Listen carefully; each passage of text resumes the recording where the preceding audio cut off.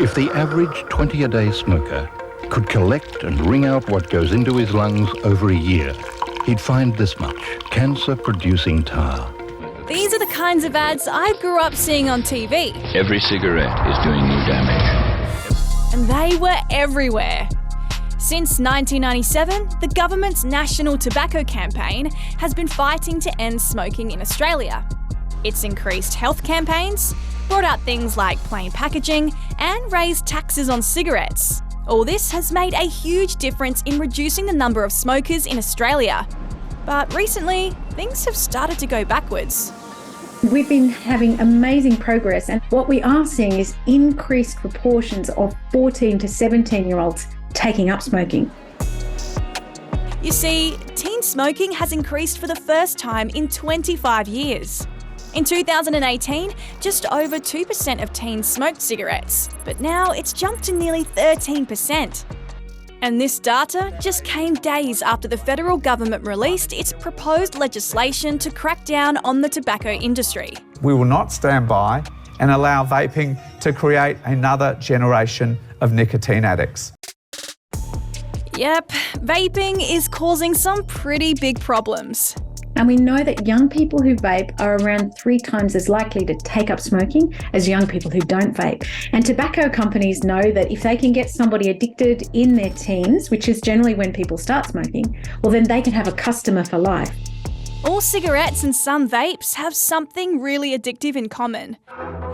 And it's called nicotine. It's a chemical that's found naturally in the tobacco plant. But actually, addiction is a very serious problem. And what happens with people when they're really addicted to something is they only feel normal when they've had that substance. It's a toxic Nicotine is just one of more than 7,000 chemicals found in tobacco smoke. And those chemicals can and do kill thousands of Australians every year. 2 out of 3 long-term smokers will die of a smoking-related disease and have their life cut short by roughly 10 years compared to non-smokers. You can get like mouth diseases and stuff. I researched it the other day. Yeah, lung cancer, you get asthmatic attacks, stuff like that. It can affect lung cancer and it can affect your lungs in the long term and can give you a higher risk of getting cancer. It leads to cancer and lung cancer and breathing problems and all that. They teach us about it, but no one really seems to think about it properly. So if we know smoking's bad for us, why do we do it? But I reckon a lot of people do it to maybe feel older. Yeah, I know a few kids who are doing it for the trend and they're young. Watching other people and getting peer pressured. Because they're trying to be cool and then vapes are getting banned, so they sort of need their nicotine a different way. The government's already announced it's going to spend more money on public health campaigns, support programs, and it'll increase tobacco taxes too.